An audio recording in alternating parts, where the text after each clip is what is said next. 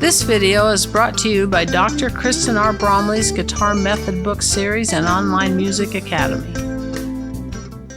Hi, I'm Dr. Kristen Bromley. Welcome to my online academy. It sure is great being here helping you with learning to play the guitar. This is lesson 22 in this mini course that's all about flat picking.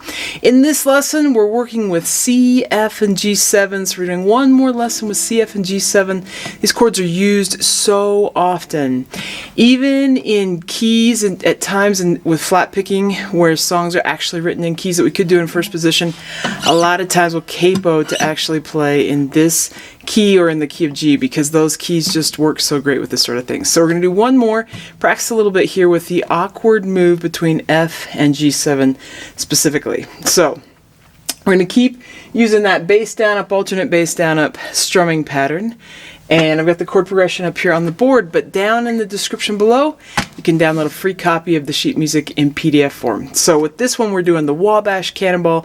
Great song. Let's go ahead and take a look at it. Or let's review the chord changes as we go. So between C and F, going back and forth between C and F, we've done a lot of this, but just in review, we've got that C chord. When we walk up to F from C, we're going to go, we play that bass down up the strumming pattern, but we're going to walk D, E, F. So it just connects the C, D, E, F. It's just right up that scale. So that third fret has the root on the C, but then the open fourth string for the D, second fret for the E, and then we're up to the F chord. So C, up to F.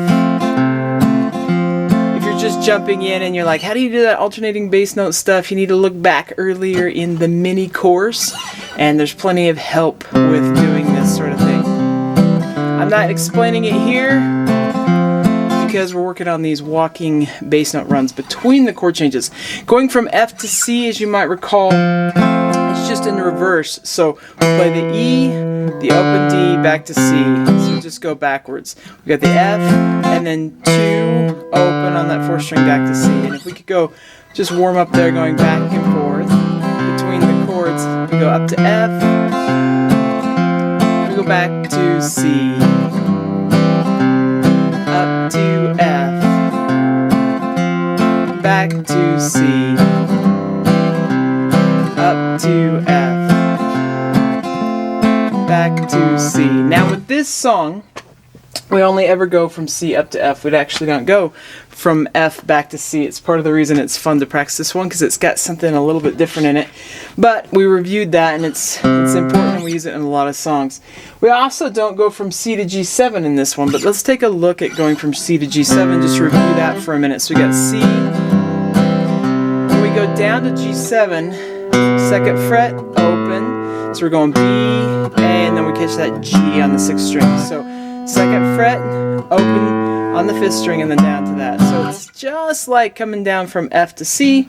It's just on the lower strings for C to G7. And going from G7 to C is just in reverse, A, B, C. So on the 5th string, the open A, second fret for the B, and then to C. So you can remember and practice that one.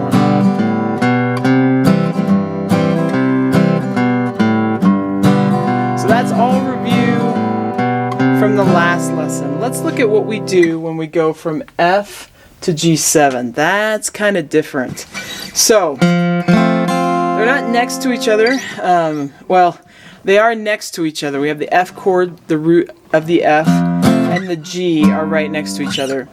But we play on these top 4 strings, and we got the G7 taking up all 6 strings. If you could play the full 6-string F if you wanted to. But in going from F to G7, all we need to do is approach the G7 chord. And so there's actually a couple different ways that we can do that. One of the ways is like we were just doing when we were going from C to G7. So I can take that second fret to the open on the 5th string and then down to G. So if I was going from F, just down to G7. It just pops right there. It feels a little like, really? But you can do it. It's a surprise for sure because it's not stepwise motion. It skips from that F to the B, which is a tritone. So it sounds kind of like, It's not a common thing to do. Let's look at another way that we can approach the G.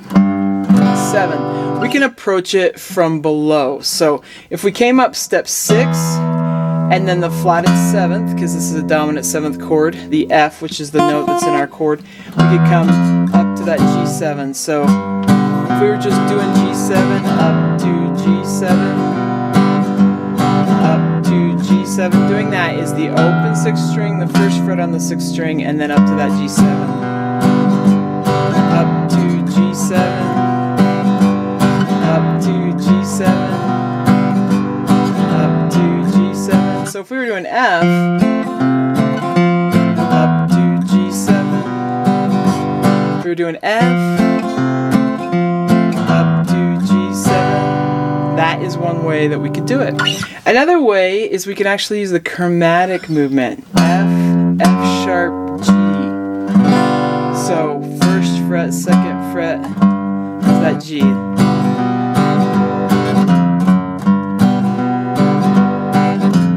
The chromatic movement's kind of fun.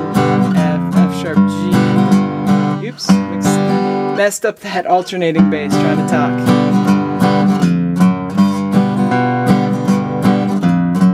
So if I was doing my F, I can do it that way.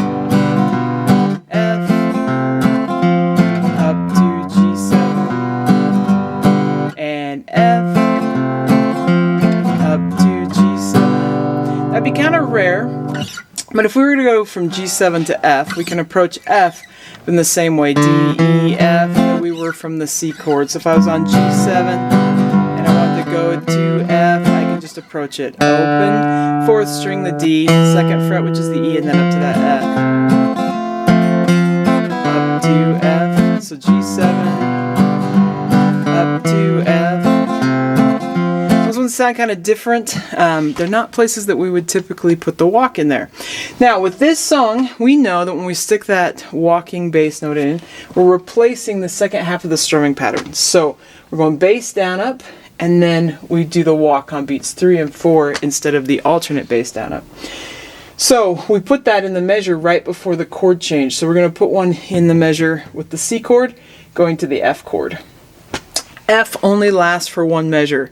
So if we want to do it, we have to throw it in the second half of this measure going to G7. That's kind of quick, but it can happen. And then G7 going back to C, of course we're going to throw it in here. The chord progression for this song is the exact same for the first half and the second half. So if you're looking at the sheet music, you'll see that it's the same for the first half and the second half. Let's take this kind of slow. Most of the time when I'm playing a song like this and there's only one measure of a chord before we go to the next one, I rarely throw in a walking bass. But I'm going to, just so we can hear how it sounds. And I'm going to approach it from below. I'm going to use one of the ones from below. Either one will work, but I'm going to use one of those. Alright, here we go. We'll take it about here. Nice and slow. Okay, 1, 2, I want to ready and listen to the jingle, the rumble and the roar, riding through the woodlands to the hills and by the shore. Hear the mighty rush of the engine, hear the lonesome hobo squall, riding through the jungle on the Wabash Cannonball.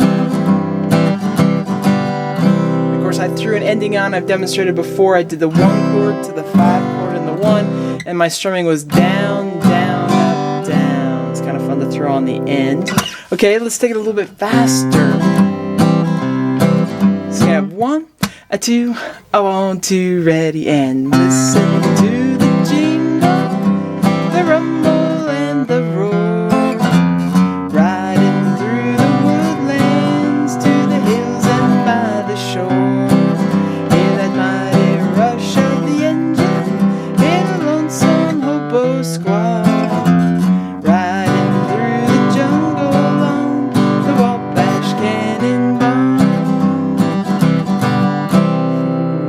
Now I keep taking the F sharp G. That's the one that I've been using. It's kind of the one I think I like the best. We've got this F note, And I like it because it grabs the low F, so it keeps that F chord, but then is like, oh, a little chromatic, and then we're up to the new chord. So I like that one for this particular situation, but it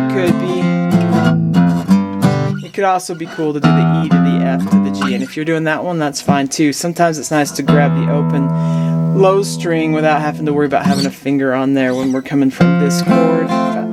Just so fast. So fast after all these years. Okay, let's take it just a little bit faster. 1, 2, I want you ready and listen to the jingle, the rumble and the roar, riding through the woodlands to the hills and by the shore.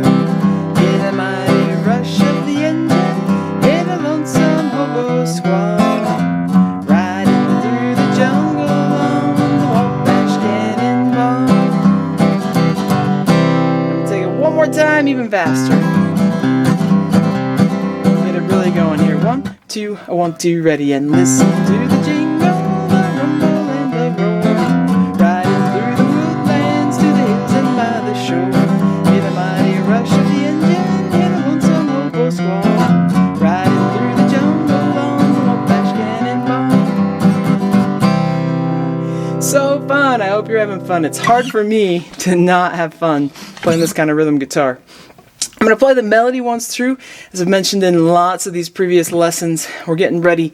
At the end of this course, we'll be playing some of the flat picking melodic stuff that happens. And getting ready for that, it's good to play these melodies through, kind of get used to the flat picking of the single lines before those single lines get a little bit more complex. So with this one, as we've talked on so many of these, when the notes are on the beat, we usually do a down pluck, and when notes are on the off beat or in between the beat, we do an up pluck. But in a song like this, where there's lots of places where we have quarter notes back to back, we can alternate between the quarter notes and even where there's half notes. So we can do down plucks on beats 1 and 3, for example, and up plucks on beats 2 and 4 is an option. Now this is written in standard music notation and tablature, and if you don't know how to read either of those, there's method books that have videos that can help you get going with either one.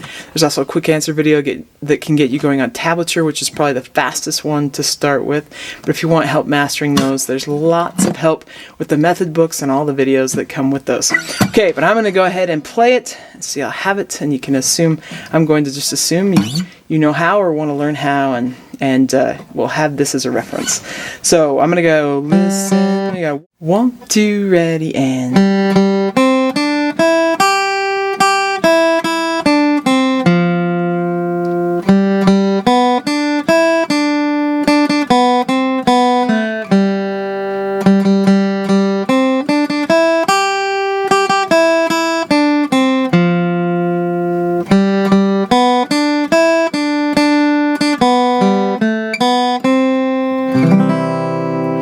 Okay, super fun. I hope you're having a blast doing this. In the next lesson, we're going to work with D and A7. We're going to start working on doing the walking bass lines between those chord changes. It's going to be great. I'll see you next time. Take care. If you found this video helpful, please hit the like button and subscribe to the channel. For more in-depth lessons and to progress through a free guitar course, check out my Guitar 101 series on YouTube and my guitar method books, which all come with access to hours of in-depth video lessons. You can find more information about me and my products at KristenBromley.com.